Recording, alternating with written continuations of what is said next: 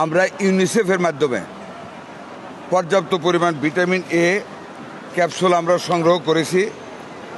আমাদের হাতে বর্তমান 2,60,00,000 ভিটামিন এ লাল এবং নীল আমাদের হাতে স্টক রয়েছে। তার মধ্যে আমরা আজকে এই ক্যাম্পেইনিং ভিটামিন এ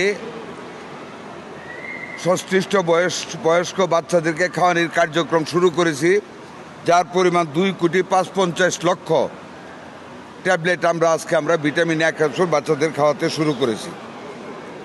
নীল রঙের 1,00,000 আইইউ ক্যাপসুলের পরিমাণ 40,00,000 পিস, আর লাল রঙের 2,00,000 আইইউ ক্যাপসুলের পরিমাণ 2,20,00,000 পিস।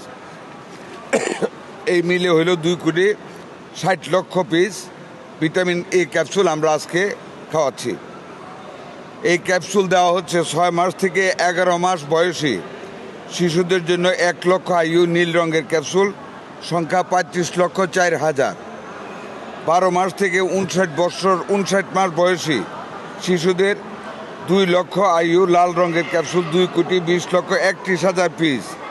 দুটি মিলে 2,55,00,000 34,000 পিস আমরা আজকে বাচ্চাদেরকে খাওয়াচ্ছি। সেই সাথে আপনারা দয়া করে আপনারা সাংবাদিক আপনারা বলবেন এই ভিটামিন ট্যাবলেটের পাশাপাশি ক্যাপসুলের পাশাপাশি জন্মের পরে বাচ্চাদেরকে মায়ের শাল দুধ যেন দেওয়া হয়, আপনারা একটু প্রচার করবেন। এটা আমাদের সবার দায়িত্ব, কারণ শাল দুধের চাইতে বড় ভিটামিন এ স্টক আর কিছু হতে পারে না।